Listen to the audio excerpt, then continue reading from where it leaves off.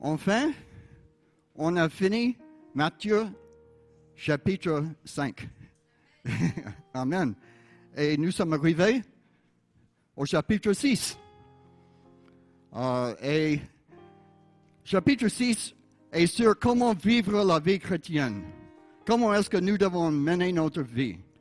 Et c'est divisé en deux parties. On va faire la première moitié des premiers 18 versets qui touchent la question comment mener notre vie chrétienne envers Dieu. Ça veut dire dans ce que nous donnons, comment nous prions, comment nous gênons. Et puis, la deuxième moitié, c'est comment nous vivons face aux choses matérielles dans le monde. Une autre chose que je veux ajouter est que d'habitude, je prêche avec le texte Louis II 21. Mais aujourd'hui, j'ai trouvé des choses que je n'étais pas d'accord. Parce que je suis particulier, que ça suit le grec normalement. Et donc, pardon, mais j'ai passé par-ci et là pour faire ce que je pensais juste. D'accord? Donc, on va faire la lecture. On va faire Matthieu 6, 1 à 18, sauf une partie traitant la prière. On va traiter cette question de, exactement, gardez-vous de pratiquer votre justice devant les hommes pour être vus. Autrement, vous n'aurez point de récompense auprès de votre Père qui est dans les cieux. C'est cet aspect qu'on va traiter aujourd'hui. Le prochain message, on va toucher les particularités sur la prière, parce que vous savez, Jésus a ajouté beaucoup sur la prière. Donc, nous lisons. Gardez-vous de pratiquer votre justice devant les hommes pour un être vu. Oui, lisez. Autrement, vous n'aurez point de récompense auprès de votre Père qui est dans les cieux. Quand donc vous faites l'aumône, ne le faites pas claironner devant toi, comme font les hypocrites dans les synagogues et dans les rues, en vue de la gloire qui vient des hommes. En vérité, je vous le déclare, ils ont reçu leur récompense. Pour toi, quand tu fais l'aumône, que ta main gauche ignore ce que fait ta main droite, afin que ton aumône reste dans le secret. Et ton Père qui voit dans le secret te récompensera. Et quand vous priez, ne soyez pas comme les hypocrites qui aiment faire leur prière debout dans les synagogues et les carrefours, afin d'être vus des hommes. En vérité, je vous le déclare, ils ont reçu leur récompense. Pour toi, quand tu veux prier, entre dans ta chambre, la plus retirée, verrouille, porte et adresse ta prière à ton Père qui est là dans le secret. Et ton Père qui voit dans le secret te récompensera. Quand vous jeûnez, ne prenez pas un air sombre comme font les hypocrites. Ils prennent une mine de fête pour bien montrer aux hommes qu'ils jeûnent. En vérité, je vous le déclare, ils ont reçu leur récompense. Pour toi, quand tu jeûnes, parfume-toi la tête et lave-toi le visage, pour ne pas montrer aux hommes que tu jeûnes, mais seulement à ton Père qui est là dans le secret. Et ton Père qui voit dans le secret te récompensera. Merci beaucoup. Asseyez-vous. Est-ce que vous savez ce que je veux dire par la religiosité? La religiosité. Je vais expliquer. Quand c'était 2014 que Lydie et moi, nous avons le privilège de visiter Jérusalem, la terre sacrée. Mais franchement, nous étions beaucoup dégoûtés avec les choses parce qu'on avait tellement de religiosité. Ça, c'est l'église de Saint-Sepulcre et ça, c'est la pierre d'onction. En principe, on croit qu'on a mis le corps de Jésus après la crucifixion avant de l'enterrer. Et on voyait tous les gens qui prosternaient et priaient comme ça. C'est tellement religieux. Et par exemple, même avec Bethléem, on a vu tellement. On n'a pas seulement l'église de la Nativité, où Jésus, en principe, est né, mais à côté, on a la grotte du lait sacré, où en principe, Marie a allaité Jésus. C'est tellement de religiosité. Ça veut dire, On se voyait comme tellement religieux, mais au fond, ce n'est pas ça. C'est seulement les hypocrites, souvent. Donc, on va regarder, parce que vous voyez la première chose qu'on a vue là, n'est-ce pas? La récompense. C'est ça que Jésus parle, n'est-ce pas? Il a parlé quand tu n'auras pas de récompense et quand tu auras de récompense. Et vous voyez le gagnant et le perdant. Donc, comment faire pour gagner la récompense? Il faut dire, avec le sermon sur la montagne, on a ce défi d'être équilibré. Parce que, évidemment, si nous lisons quand vous priez, il faut faire un secret, il faut claquer la porte, et ça ne peut pas être vu par les autres. Évidemment, ça ne veut pas dire dans tous les cas, ce n'est pas évidemment le cas dans le culte, mais c'est dans un cadre particulier. Regardez ces deux versets. Gardez-vous de pratiquer votre justice devant les hommes pour en être vu, autrement vous n'aurez point de récompense. Mais il dit également que de la même manière, votre lumière brille devant les hommes afin qu'ils voient votre belle manière d'agir et qu'ainsi qu'ils célèbrent la gloire de votre Père céleste. Vous voyez qu'on peut dire que c'est une contradiction. D'un côté, Jésus dit qu'on veut que tes bonnes œuvres se voient. L'autre côté, on dit, fais des choses en secret. Et il faut la sagesse, mais c'est-à-dire, c'est un défi de sagesse qui est là devant nous. Et dans ce cas, je crois qu'on peut expliquer dans cette manière que nous devons mener notre vie dans telle manière que les gens vont remarquer que nous sommes différents, nous sommes des chrétiens. Mais de l'autre côté, nous ne faisons pas des choses pour attirer l'attention pour nous, pour dire « Ah, il est tellement pire ». Vous voyez la différence. Donc, c'est la sagesse qui est nécessaire dans ces passages. Donc, on va regarder trois aspects, comme d'habitude, trois aspects. D'abord, c'est pour qui est-ce que nous faisons ce que nous faisons? Première question. 2, la pratique de la présence de Dieu. Et vous verrez pourquoi on parle comme ça. Et de 3, la récompense elle-même. La récompense. Donc, il faut dire que la question pour chacun de nous, la question primordiale, la question la plus importante est quelle est ta relation avec Dieu? C'est ça la question ultime parce que ça touche l'éternité. Et donc, c'est dans ces choses que la prière, le jeûne, l'aumône, on touche cette question de comment est-ce que nous menons notre vie. Et voici la question. Est-ce que nous faisons ce que nous faisons pour plaire à Dieu ou pour plaire à nous-mêmes? Pourquoi est-ce que nous venons à l'église? Pourquoi est-ce que nous prions? Pourquoi est-ce que nous faisons tout ce que nous faisons? Est-ce qu'on vient à l'église pour faire voir la beauté? Je ne le fais pas. Ça, c'est une blague, hein? Est-ce qu'on vient pour se faire voir la beauté? Est-ce qu'on vient parce qu'on chante bien? Même quand je suis revenu dans les dernières semaines, j'ai entendu beaucoup. Oh, ils font ça pour se faire voir. Et quand même, c'est frappant. Quand la chorale a fait l'AG, ça fait 2 mois, on a dit que le total d'instrumentistes et chantres faisait 47.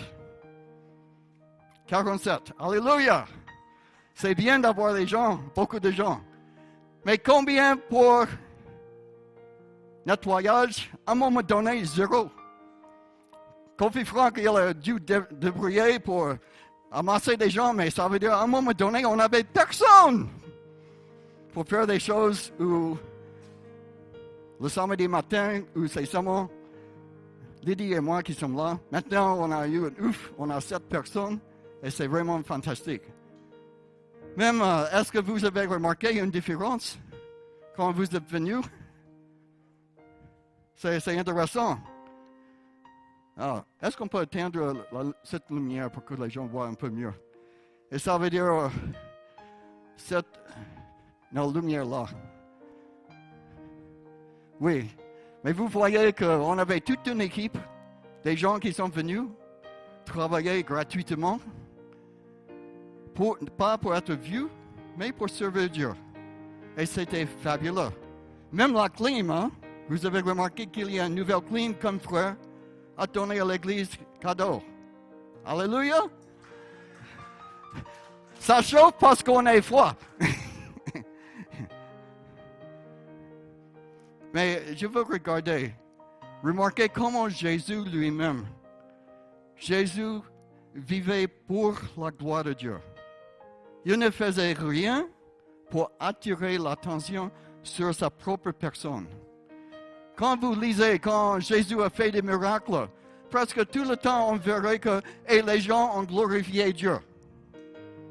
On ne voit pas que Jésus n'a jamais cherché sa propre gloire. Et c'est ce qu'il a dit.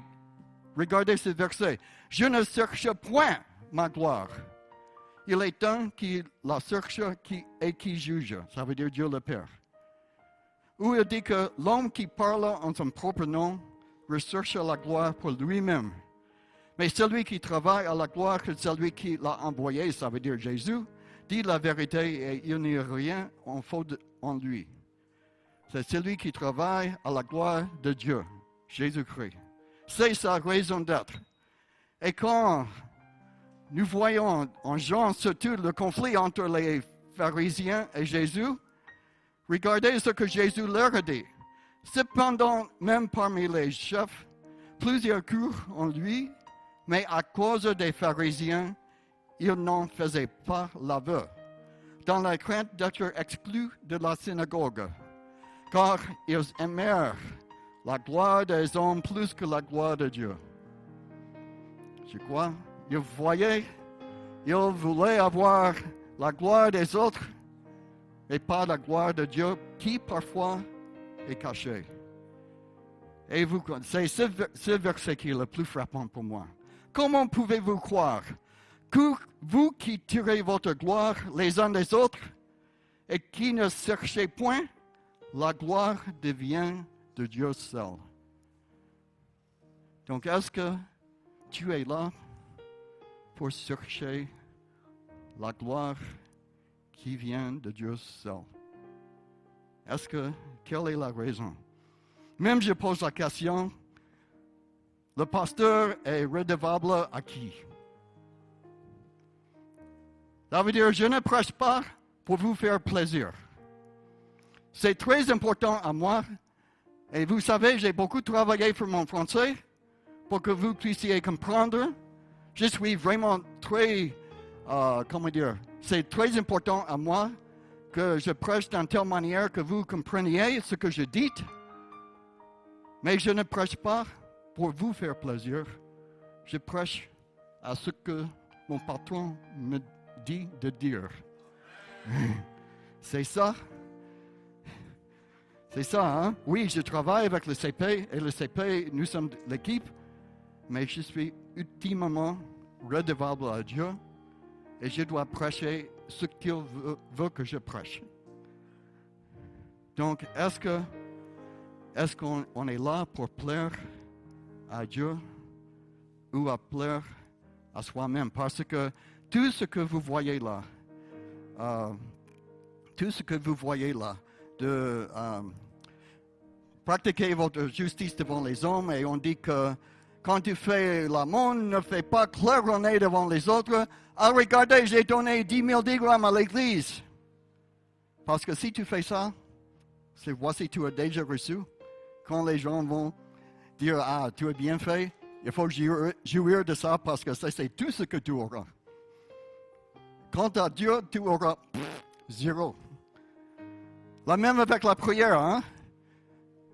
Quand on fait la prière pour être vu, Ah, il est tellement pieux, il prie vraiment bien. Et vous savez, c'est compliqué. Parfois, les gens aiment démontrer leur niveau soutenu de français.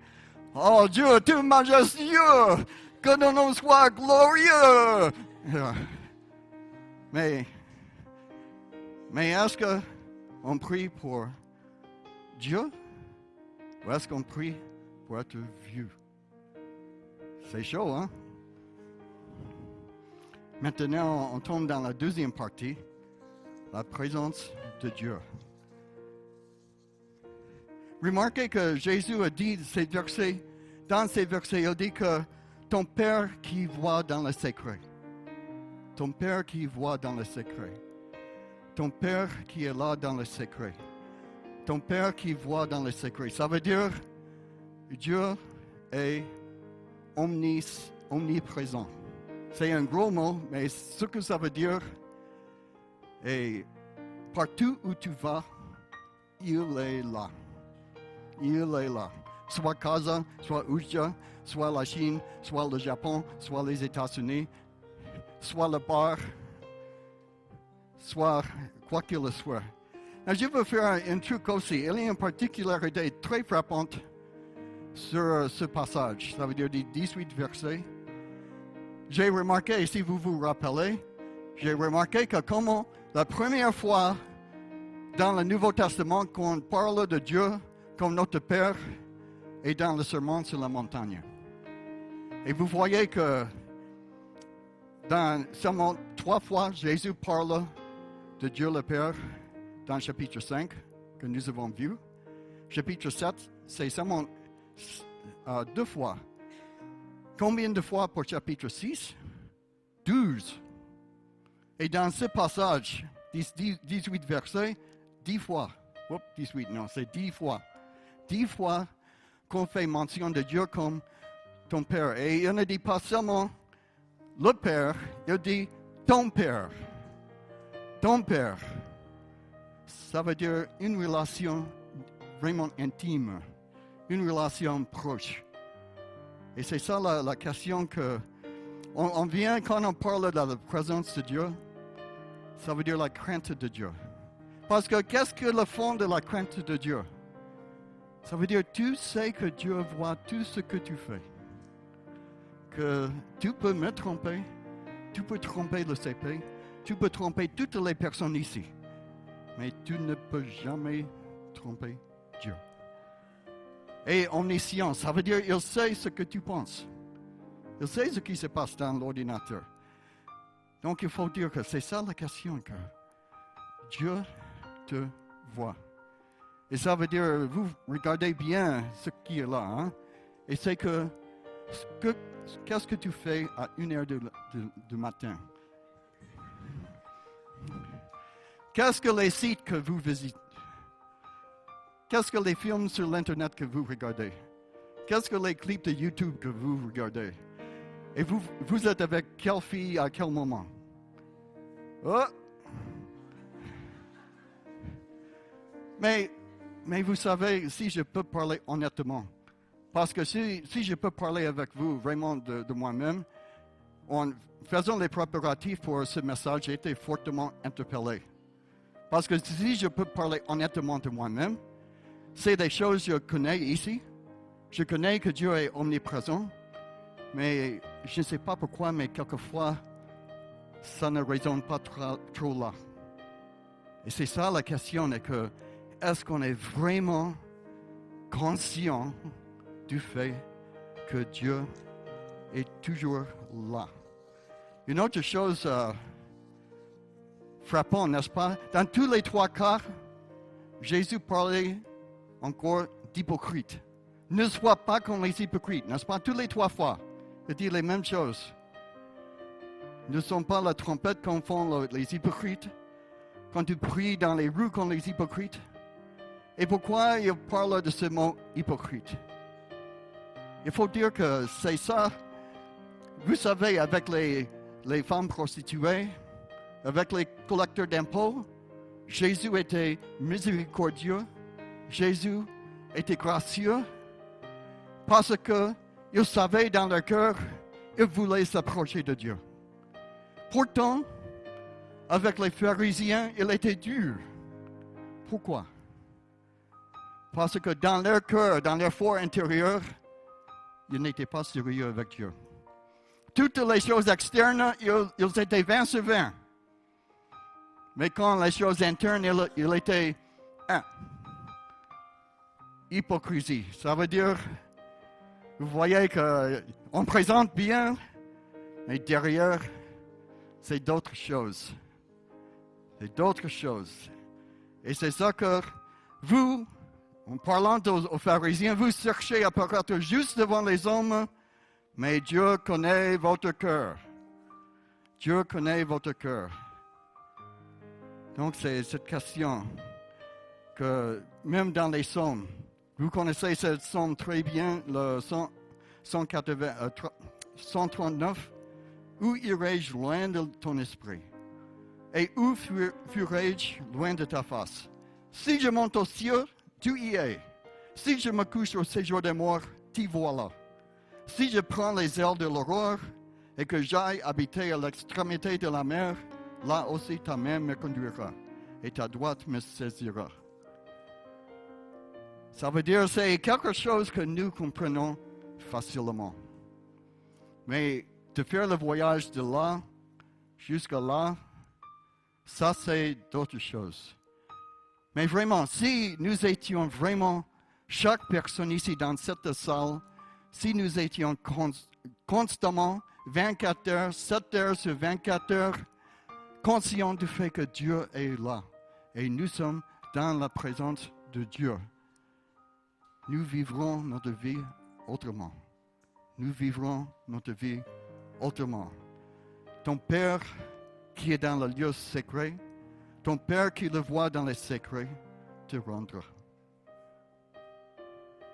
Et puis, gagnez la récompense. Gagnez la récompense. Parce qu'en fin de compte, n'est-ce pas, c'est le mot que Jésus utilise chaque fois.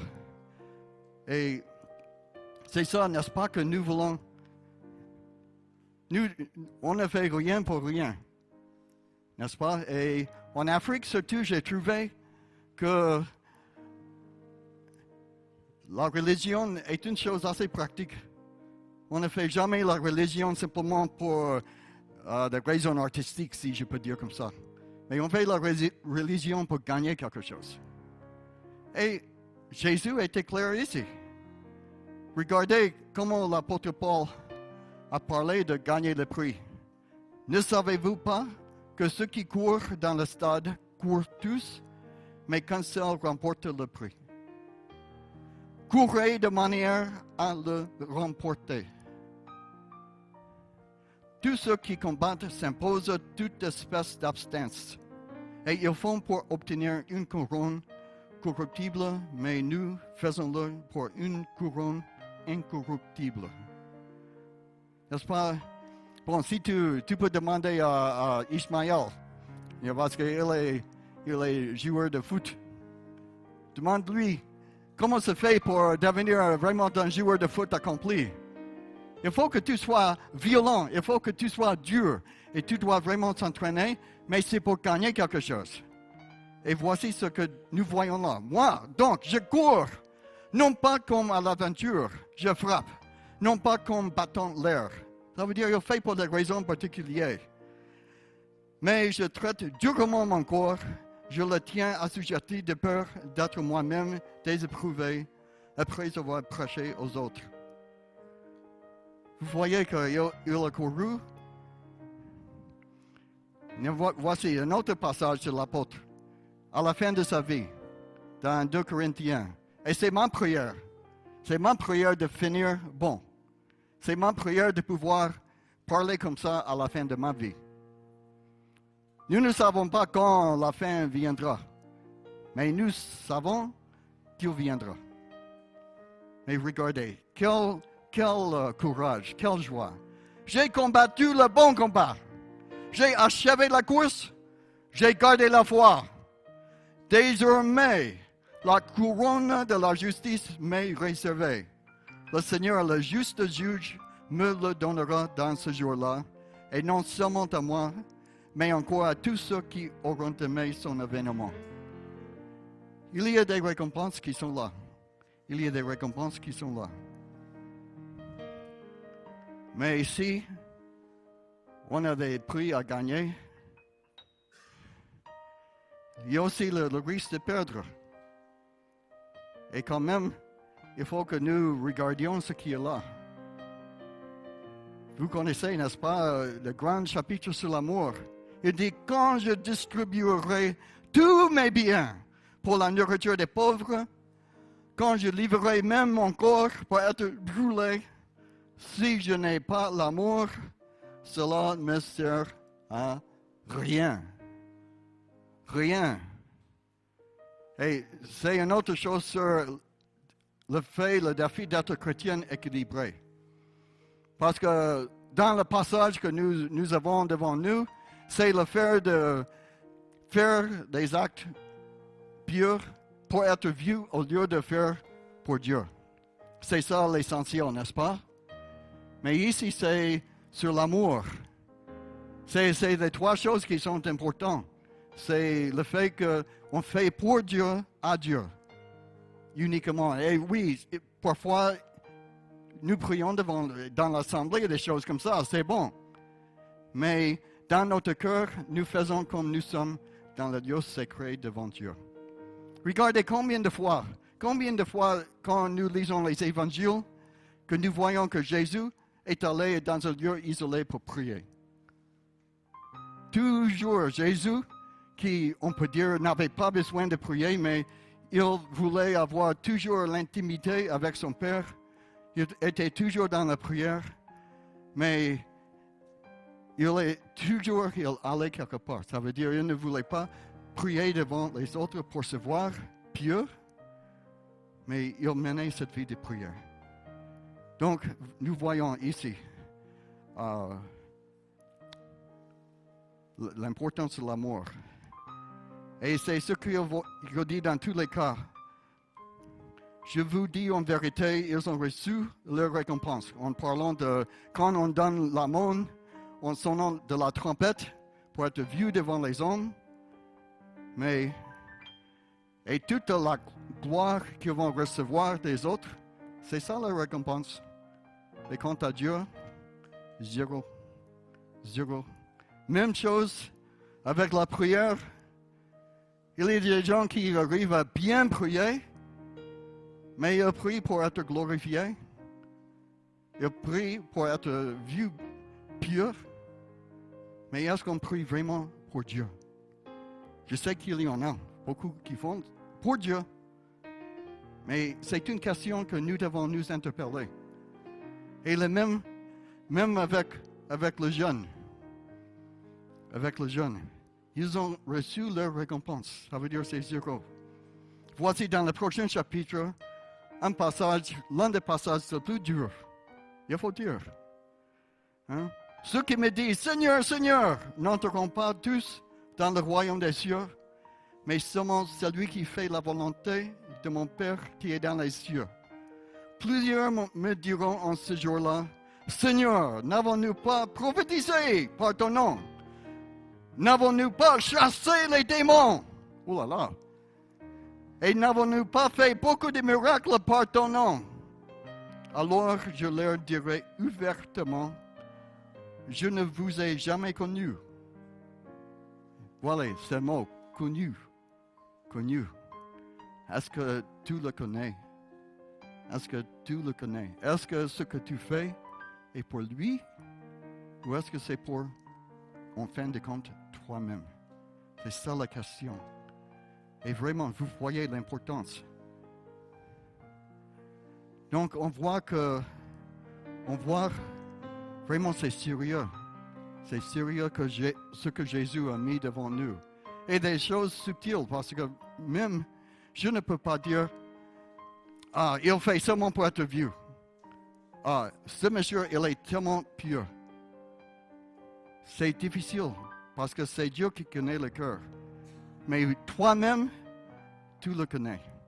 Si je peux parler une chose de mes expériences en Afrique, c'est une chose pour un occidental, Ça veut dire, pour nous, nous sommes plus réservés, nous sommes plus timides, si je veux parler honnêtement. Et vous, les Africains, vous êtes vraiment grands dans la foi. Et même quand je mettrai les vidéos des Africains qui priaient, et quelqu'un de l'Occident dit, « Oh là là, il est vraiment fort, il doit être pasteur. » Parce que... Mais j'ai vu des choses comme ça.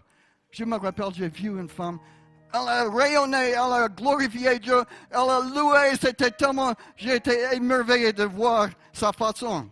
Et puis j'ai trouvé qu'elle faisait de l'adultère tout le temps avec son mari. C'est vrai, n'est-ce pas? Est-ce que je mens? C'est vrai? Donc je sais, si je peux parler, nous sommes amis, hein? Si je peux parler honnêtement, hein? Il y a des gens qui font très beau les choses de louange, et les chants et tout. Mais derrière, ce n'est pas tellement ça. Ce n'est pas seulement ça. Est-ce que tu es dans la présence de Dieu? Est-ce que tu es conscient? Parce que tu peux nous tromper. Tu peux nous tromper. Mais tôt ou tard, Dieu va dévoiler. Tôt ou tard, Dieu dévoilera.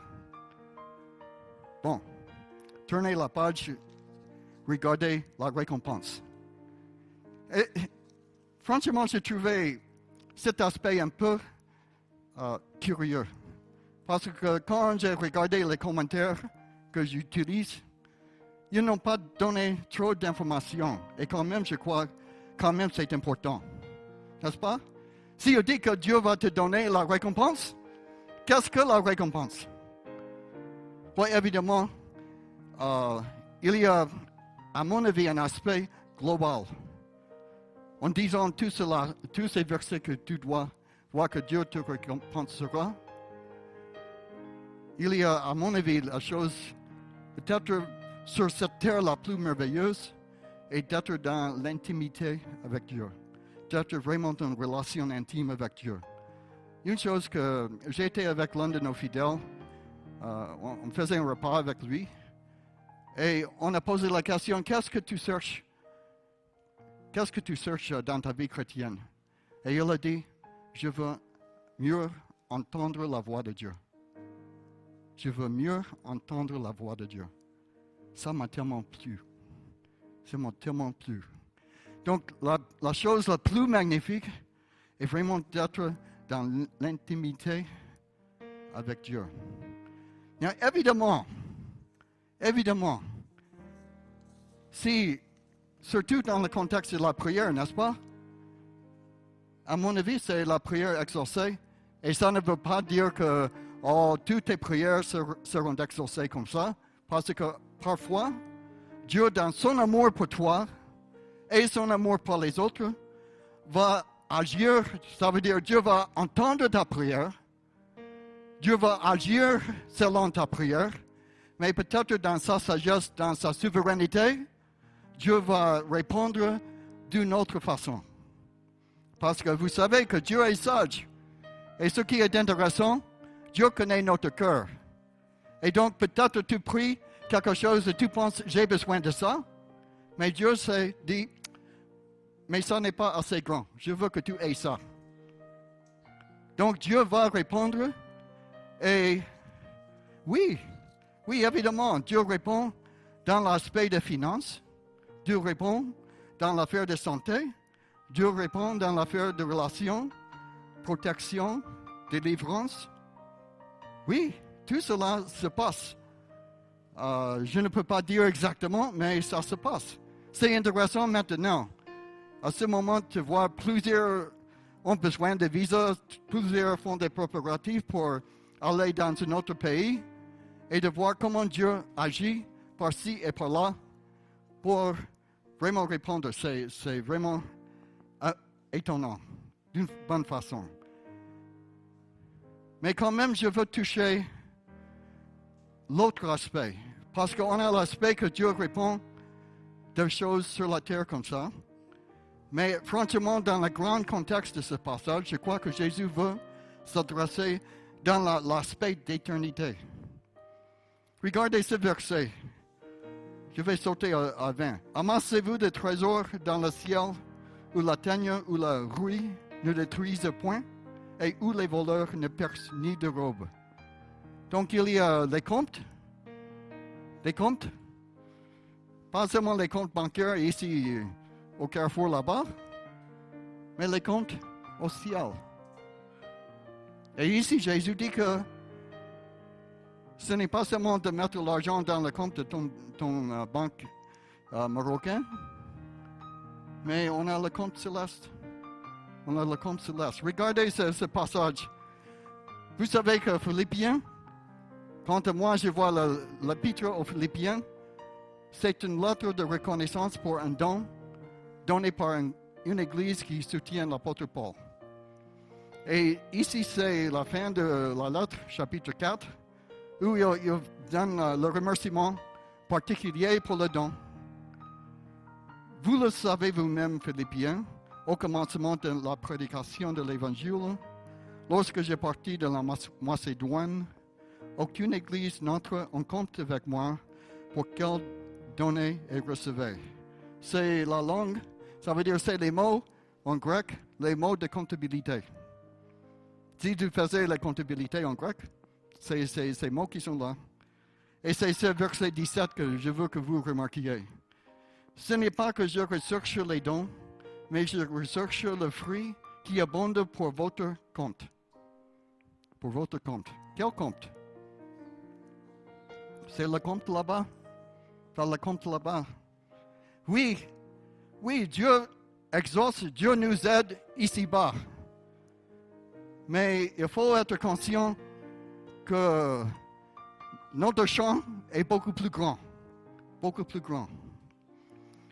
Donc, j'ai déjà parlé de l'affaire d'amitié avec Dieu, d'avoir vraiment la relation. Mais on va regarder cette affaire de récompense. Trois passages. Ça, c'est quoi? Luc chapitre 18, n'est-ce pas? Le pharisien qui dit, oh Dieu, merci, je ne suis pas comme les autres, je jeûne 2 fois par semaine, je ne suis pas un homme impur comme ce collecteur d'impôts, Dieu, tu as de la chance de m'avoir. Et la dernière chose, il était quoi? Rejeté par Dieu. Sa prière était 0. Et le collecteur d'impôts qui dit simplement, Dieu, aie pitié de moi, pécheur que je suis. Quoi? Il a reçu sa récompense. Vous voyez, une prière tombée sur la terre, une prière exaucée. Bon, ici c'est un autre passage qui, encore c'est frappant. C'est l'apôtre Paul et il parle les gens qui font l'implantation des églises. Et le fondement pour toutes les églises qui sont les églises justes, elles doivent être bâties sur Jésus-Christ. N'est-ce pas? Mais c'est comme les gens qui implantent les nouvelles églises, c'est comme nous faisons des structures sur ce fondement. De fondement, en effet, nul ne peut poser d'autre que celui qui s'y trouve, c'est-à-dire Jésus-Christ. Que si sur ce fondement on bâtit avec de l'or, de l'argent, des pierres précieuses, et avec les 3 choses, l'or, l'argent, pierres précieuses, qu'est-ce qui se passe si ces choses passent par le feu? Ça va, n'est-ce pas? Ça reste. Mais regardez les 3 choses qui suivent. Du bois, du foin et de la paille. Qu'est-ce qui se passe avec ça? Oui, ça va disparaître. Donc, l'œuvre de chacun deviendra manifeste. Le jour, en effet, la faire reconnaître, car il doit se révéler dans le feu, et c'est ce feu qui éprouvera la qualité de l'œuvre de chacun. Si l'œuvre bâtie sur le fondement subsiste, l'ouvrier recevra une récompense. Et si son œuvre est consumée, il en subira la perte. Vous voyez qu'on revient à la même question. Est-ce que nous faisons pour Dieu? Est-ce que c'est vraiment de Dieu que nous faisons? Ou est-ce que c'est nous-mêmes? Et le dernier exemple, c'est ce que nous voyons dans Matthieu 25, le grand chapitre où Jésus est sur son trône pour faire le dernier jugement. Et toutes les nations seront devant lui, comme les brebis et les boucs. Et ici, c'est ceux qui ont reçu leur récompense.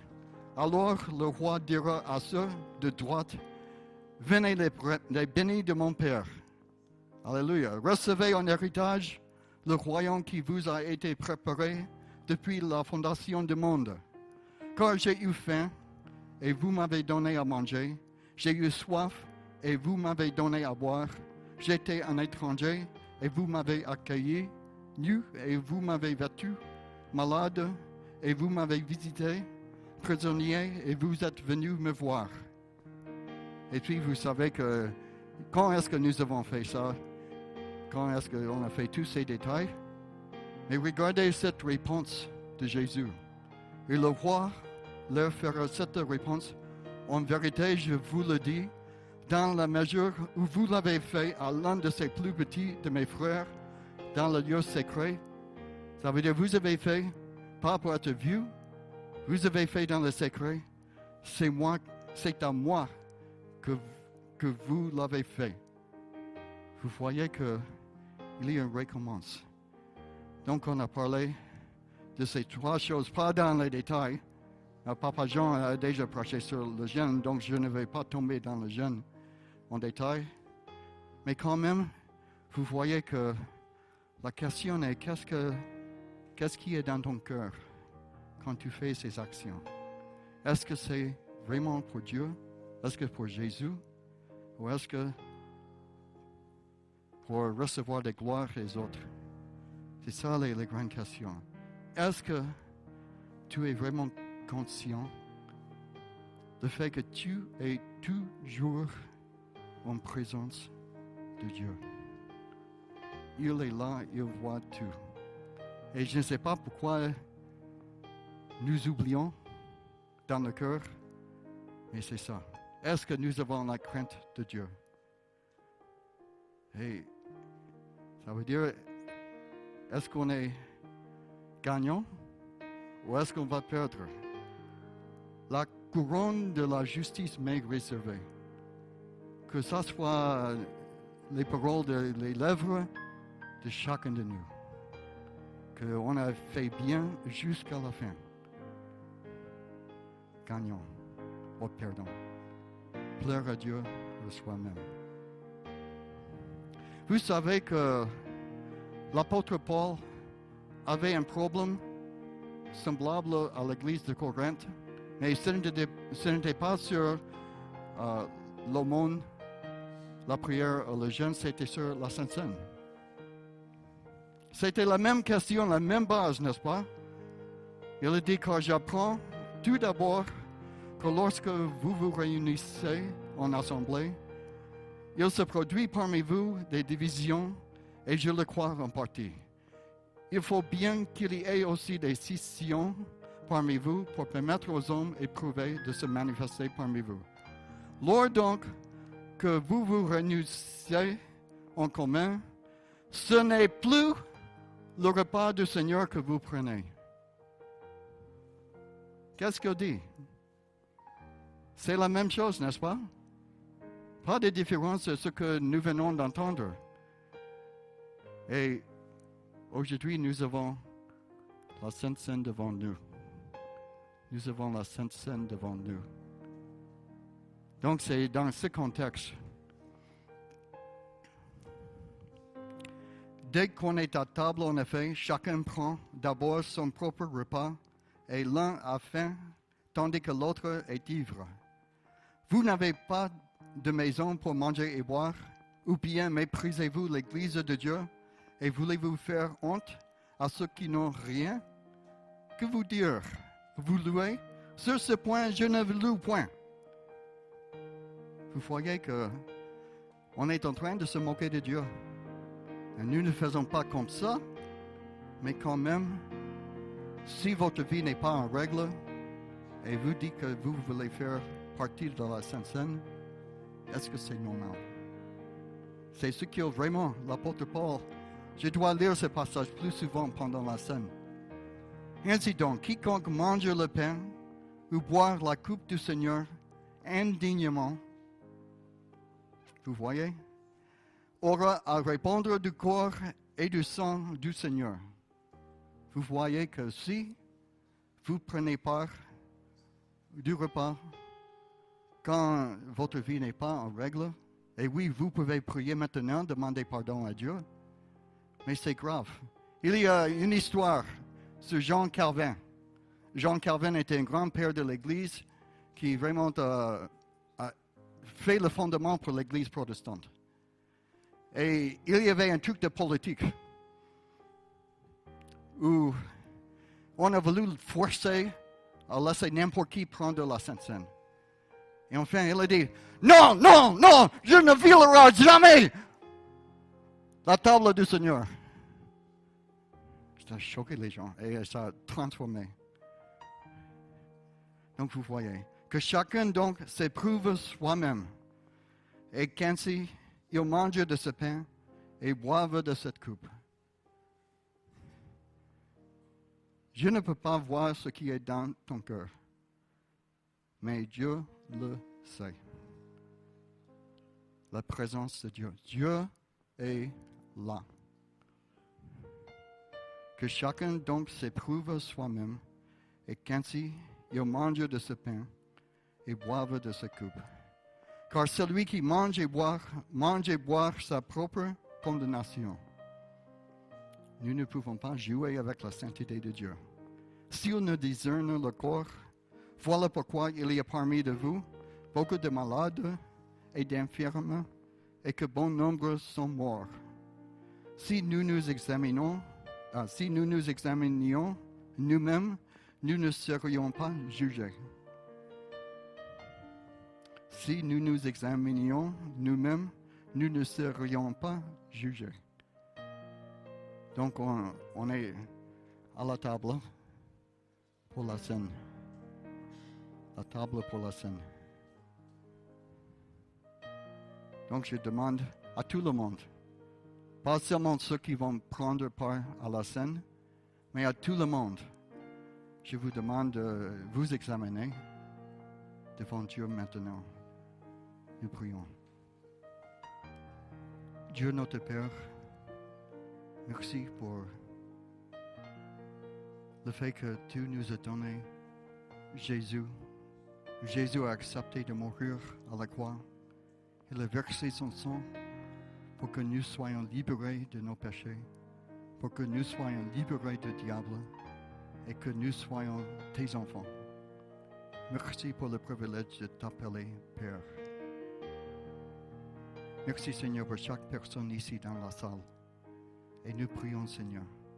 Nous prions pour que chacun soit droit devant toi, que chacun soit honnête devant toi et pour que chacun puisse marcher dans la sainteté, dans l'amour et dans la joie. Nous prions tout cela dans le nom de notre Seigneur et Sauveur, Jésus-Christ. Amen.